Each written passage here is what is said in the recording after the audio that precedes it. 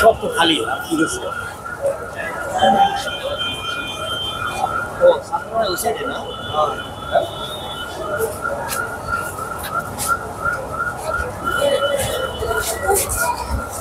উত্তর আজমপুর এলাকা অনেক থমথমে অবস্থা বিরাজ করছে।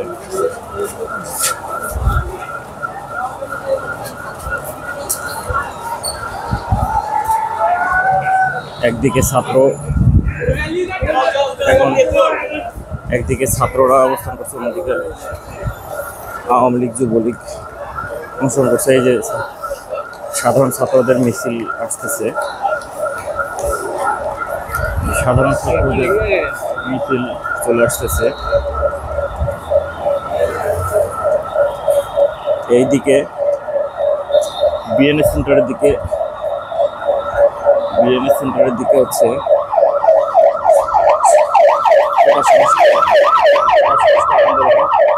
আন্দোলনের ছাত্ররা অবস্থান করছে। অপরদিকে আজমপুরে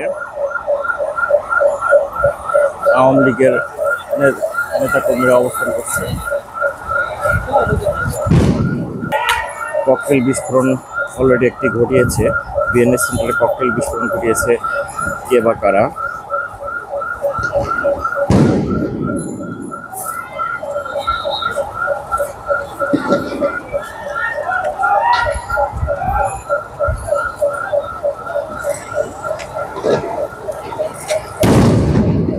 ছাত্ররা ককটেল বিস্ফোরণ ঘটাচ্ছে।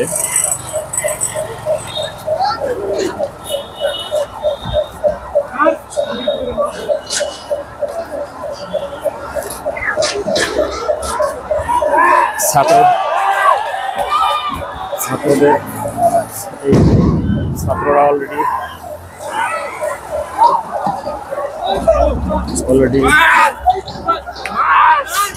ছাত্রদের তোপের মুখে একটি গাড়ি কিছুটা নিয়েছে। ছাত্রদের তোপের মুখে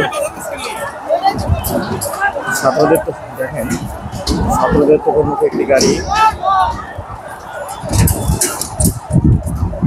একদম ভাঙচুর করা হচ্ছে। ছাত্রদের তোপের মুখে ওইদিকে ছাত্ররা পুলিশের গাড়ি ভাঙচুর করতেছে, এইদিকে প্রশাসন ধীরে ধীরে আগাচ্ছে।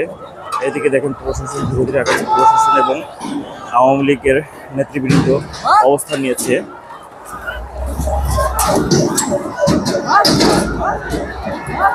এই যে এটা হচ্ছে ছাত্রদের তোপের মুখে।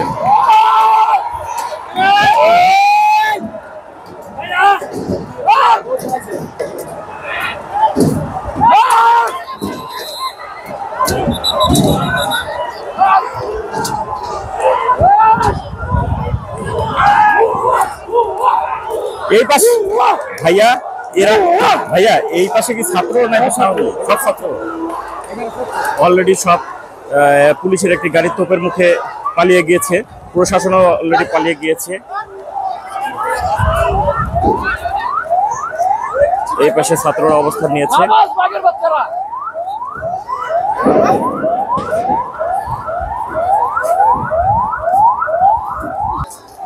হাজার হাজার ছাত্র বিএনএস সেন্টারে অংশগ্রহণ করেছে। এখানে ককটেল বিস্ফোরণও ঘটতেছে।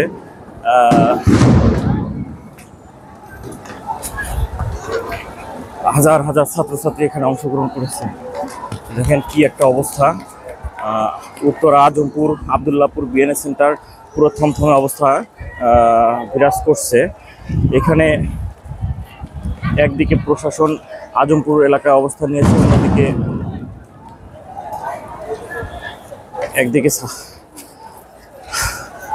আপনাদেরকে দেখানোর চেষ্টা করছি। এই দিক থেকে বিএনএস সেন্টারে এখানে হাজার হাজার ছাত্র অংশগ্রহণ করেছে অলরেডি। একবার পুলিশের একটি ভ্যান এদিকে ঢোকার ফলে সেটা ছাত্রদের তোপের মুখে পালিয়ে যায়।